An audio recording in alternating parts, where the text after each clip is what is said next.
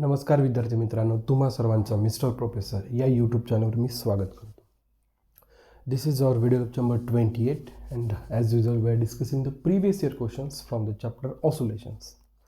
Another two examples from the Maharashtra CET exams. The first one is from the Maharashtra CET 2017 and the second one is from the Telangana MSET 2017. दोन्ही 2017ला state change झाला आहे, महाराष्ट्र सिटीचा आहे. Okay, again we are going with the Telangana EAMCET exams.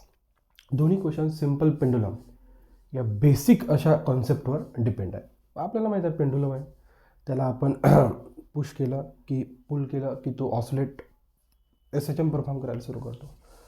मग त्याचा आपण time period generate केलेला आहे, किंवा आपण एका कॉन्सेप्टनुसार म्हणण्यापेक्षा एका मेथडनी आपण त्याचा टाईम पिरियडचा फॉर्म्युला डेव्हलप केला. T=2π√L/G, where 2π is arbitrary constant, L is the length of pendulum, G is the acceleration due to gravity of the earth.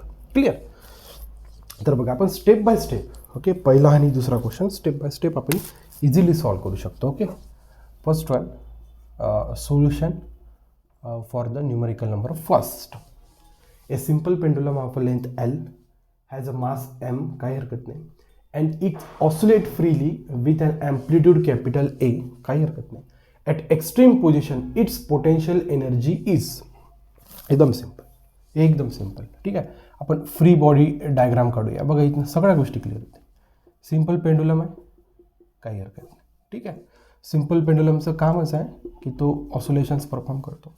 हा जो काही सिम्पल पेंडुलम दिला आहे त्याचा मास दिलेला आहे M. ओके, सस्पेंडेडपासून त्याची लेंथ दिली आहे कॅपिटल L. ठीक आहे, एक्स्ट्रीम पोझिशन, दोन एक्स्ट्रीम पोझिशन्स राहणार. ठीक आहे, समजा एक तर इथे राहणार, एक तर इथे. तर एक्स्ट्रीम पोझिशनवर त्यांनी विचारली पोटेन्शियल एनर्जी. एक्स्ट्रीम पोझिशन्सवर आपल्याला काय विचारली? Potential energy. ओके, एक general formula. Okay, general formula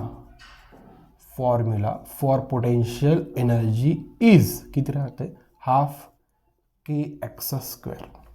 general. Okay, half kx², काय हरकत नाही. पोटेन्शियल एनर्जी आपल्याला एक्स्ट्रीम पोझिशनवर फाइंड आउट करायची आहे, म्हणजे मॅक्सिमम डिस्प्लेसमेंट. ओके, मग त्याच मॅक्सिमम डिस्प्लेसमेंटला आपण काय म्हणतो? ॲम्प्लिट्यूड. काय म्हणतो? ॲम्प्लिट्यूड. म्हणजे जेव्हा आपल्याला एक्स्ट्रीम पोझिशनवर पोटेन्शियल एनर्जी फाइंड आउट करायचं आहे, तर जो काही डिस्प्लेसमेंट कव्हर करतो तर त्याला आपण म्हणतो मॅक्सिमम डिस्प्लेसमेंट. आणि मॅक्सिमम डिस्प्लेसमेंट म्हणजेच काय? ॲम्प्लिट्यूड. आणि त्यांनी ॲम्प्लिट्यूड आपल्याला दिलेला आहे. किती दिलं आहे आपल्याला? A. म्हणजे x is replace by, okay, half k, x is replace by A चा स्क्वेअर. या फॉर्मॅटमध्ये तुम्हाला ऑप्शन दिसतो का? नाही. कोणत्याच याच्यात चारही ऑप्शन्समध्ये मला या फॉर्मॅटमध्ये ऑप्शन नाही दिसतो. मला दोन गोष्टी क्लिअर झाल्या. बघा, 1/2 मला या दोन ऑप्शनमध्ये दिसते. ओके, इथे दिसत नाही, म्हणजे हे दोन ऑप्शन्स कॅन्सल. त्यानंतर A² मला सगळ्या ऑप्शनमध्ये दिसते. A². बघा, आपण ऑलरेडी दोन ऑप्शन कॅन्सल केले होते. या दोन ऑप्शनपैकी या ऑप्शनमध्ये A² नाही आहे, म्हणजे हा ऑप्शन काय झाला? कॅन्सल. म्हणजे जो काही ऑप्शन राहणार तो कोणता बरोबर राहणार? फर्स्ट. म्हणजे आपण न्यूमेरिकल सॉल्व पण नाही केला. इथे लक्षात, मी प्रत्येक वेळा न्यूमेरिकल सॉल्व करता ऑप्शन्सकडे का बरं बघतो? तर बघा, आपण न्यूमेरिकल पूर्णपणे सॉल्व पण नाही केला तरी आपला क्वेश्चन्स काय झाला? क्लिक झाला. अशा पद्धतीने तुम्हाला तिथे चालावं लागतं, म्हणजे पूर्ण क्वेश्चन्स पण तुम्हाला सॉल्व करण्याची गरज नसते. ठीक आहे, आपण तर पूर्ण क्वेश्चन सॉल्व करणार आहे आणि हा ऑप्शन्स आपण भेटवणार आहे, परंतु एक पद्धत सांगितली. क्वेश्चन सॉल्व करता ऑप्शन्सकडे बघा, काय कॅन्सल होतं, कोणतं ऑप्शन कॅन्सल होतं तिथे कट करत चला. ठीक आहे, बघा आपण आता हा ऑप्शन जनरेट करूया. बघा आता बघा, एक गोष्ट लक्षात आली, हाफ आणि A² ऑलरेडी ऑप्शन्समध्ये आहे, म्हणजे आपल्याला रिप्लेस काय करायचं आहे? K. ओके, आता बघा, हाफ आणि A² आहे, म्हणजे ही व्हॅल्यू आपल्याला काय करायची आहे? K² काय करायची आहे? रिप्लेस करायची आहे. सॉरी, K काय करायचं? रिप्लेस करायचं. काही हरकत नाही. ओके, बघा, K आणि m⍵² हा एक रिलेशन आहे. Spring constant, mass and angular फ्रिक्वेन्सीमध्ये एक रिलेशन आहे. K m⍵². म्हणजे Kनी रिप्लेस केलं तर M तुम्हाला ऑप्शनमध्ये दिसून राहिलं. ऑप्शनमध्ये M आहे, काही हरकत नाही. ठीक आहे, ऑप्शनमध्ये M आहे, काही हरकत नाही. ओके, त्यानंतर मग G/L चा प्रॉब्लेम आला. ठीक आहे, म्हणजे ऑप्शनमध्ये M आहे. ओके, Mचा काही प्रॉब्लेम नाही राहिला. ओके, परंतु ऑप्शनमध्ये ω² आहे का? नाही, ω² नाही. बघा, Mचा प्रॉब्लेम सॉल्व्ह झाला. हाफ A² आणि Mचा प्रॉब्लेम सॉल्व्ह झाला. ओके, आता ω² ठिकाणी मला काय दिसते? G/L. ω² ठिकाणी काय दिसते? G/L. एकदम सिंपल आहे. बघा, ओके, कारण की ओमेगाचं रिलेशन आहे square root of G by L. ओमेगाचं रिलेशन काय, square root of G by. हे आता आलं कसं, ठीक आहे. आपल्याला काय पाहिजे, ओमेगाचा स्क्वेअर पाहिजे. ओमेगा जर स्क्वेअर जर केला तर जी बाय एल, ठीक आहे. हा बघा आता हा आला कसा, कुठून आला, एकदम सिम्पल आहे. जो काही सिम्पल पेंडुलम आहे त्याचा टाइम पिरियडचा फॉर्म्युला आहे T equals to 2π upon omega. या फॉर्म्युला आपण टाइम पिरियड जनरेट करतो. Okay, time period, angular frequency आणि 2π हा रिलेशन आहे. ओके, ॲक्च्युअल काय फॉर्म्युला आहे, T equals to 2π square root of L by G. म्हणजे ओमेगाच्या ठिकाणी आपण ही व्हॅल्यू पुट केली, ठीक आहे. याला असं नाही लिहिता, आपण असं लिहू शकतो T equals to 2π square root of G by L, ठीक आहे. रिअरेंज केल्यानंतर एल वर गेला, जी खाली राहिला. म्हणजे ओमेगाच्या ठिकाणी किती आहे, जी बाय एल. हे आपण कुठून जनरेट करतो, टाइम पिरियडच्या फॉर्म्युल्यावरून, सिम्पल पेंडुलमच्या टाइम पिरियडच्या फॉर्म्युला. ॲक्च्युअल फॉर्म्युला आहे T equals to 2π square root of L by G. पण या फॉर्म्युला जनरेट करण्याअगोदर आपल्याला ओमेगाची व्हॅल्यू टाकावी लागते. ओमेगाची व्हॅल्यू किती आहे, square root of G by. ठेवा घ्या, square root of G by. आपल्याला इथं काय पाहिजे, ओमेगा स्क्वेअर. मग स्क्वेअरिंग केलं जी बाय, ठीक आहे. देअरफॉर पोटेन्शियल एनर्जी बिकम्स, बघा 1/2 as it is, A square as it is, केच्या जागी काय लागलं मी एम, ओमेगा स्क्वेअरच्या ठिकाणी जी बाय एल, ठीक आहे. म्हणजे हा झाला तुमचा formula for potential energy at extreme position while performing SHM, 1/2 mg square divided by L. Okay, किंवा तुम्हाला इतकं डीपली क्वेश्चन्सकडे, आन्सरकडे जाण्याची गरज पडते. लक्षात, आपण इथेच तो क्वेश्चन पूर्णपणे सॉल्व्ह केला होता. सगळे ऑप्शन्स आपले कॅन्सल आउट झाले होते. त्यामुळे आपल्याकडे एकच ऑप्शन उरला होता, तो ऑप्शन आपण टिक करू शकलो. इथं बघा, अशा पद्धतीने करण्याचा प्रयत्न करा. टाईम सेव्ह होतो, टाईम मॅनेजमेंट याला म्हणू शकतो आपण, की म्हणजे क्वेश्चन सॉल्व्ह करता करता ऑप्शन्स कसे कसे ऑप्ट आउट करत जायचे, हे आपल्याला या क्वेश्चनमधनं शिकायला मिळालं. ठीक आहे, पॉज करून नोट डाऊन करा. So we can move to the numerical number second.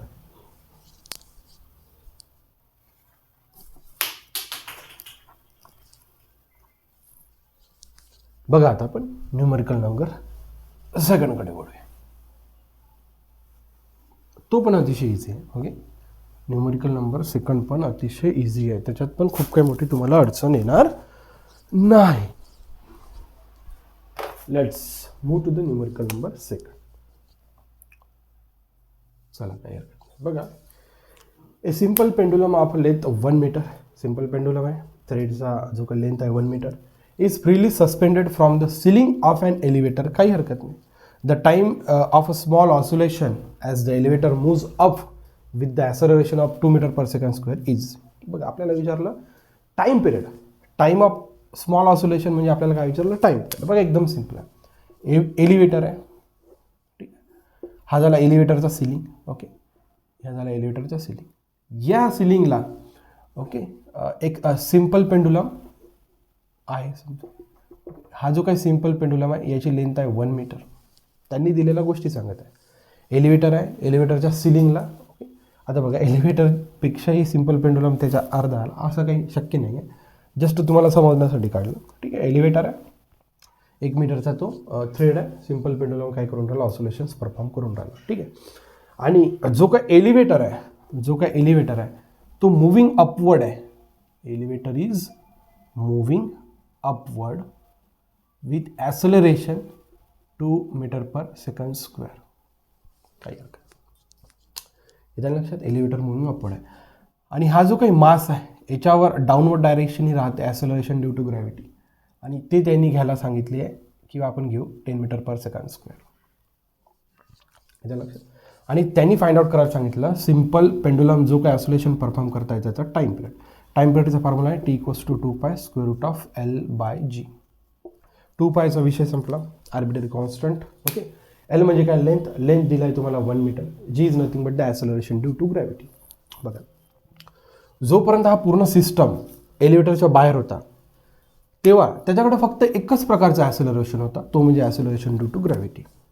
ठीक आहे नाही. समजा सिम्पल पेंडुलम इथे आहे, आता आपण एलिव्हेटरमध्ये नाही, आपण स्टेबल फ्रेममध्ये आहे. तर जो काही सिम्पल पेंडुलमचा मास आहे त्याच्यावर ॲसलरेशन ड्यू टू ग्रॅव्हिटी फक्त एकाच डायरेक्शनने राहिली असते.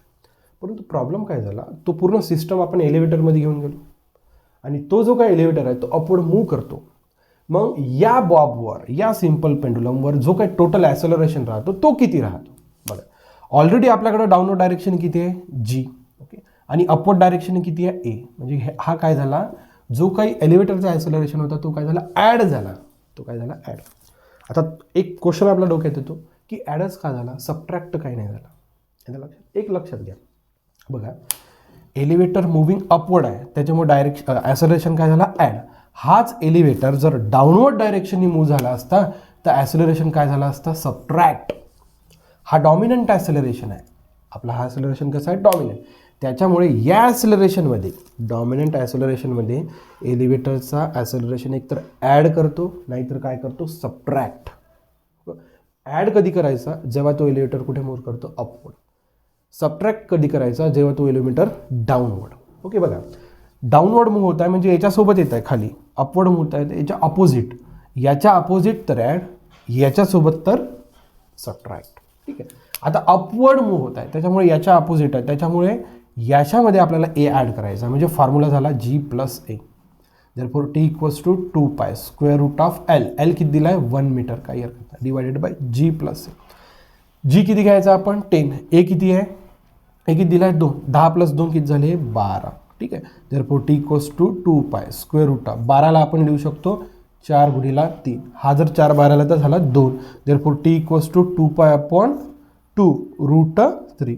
2 get cancel. therefore pi divided by √3 second. म्हणजे जो काही स्मॉल ऑसिलेशनचा टाइम पिरियड आहे तो π√3 second. π√3 second. therefore the option number 4th one is the correct one.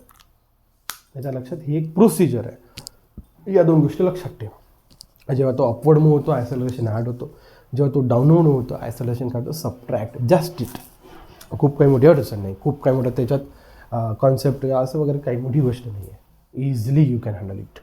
हे लक्षात, अशा पद्धतीने आपण numerical number second easily solve करू शकतो. तुम्हाला जर आपला उपक्रम आवडत चालला तर नक्कीच तुमच्या मित्रांपर्यंत शेअर करायला, लाईक करायला, सबस्क्राईब करायला विसरू नका. So thank you for watching. See in the next video.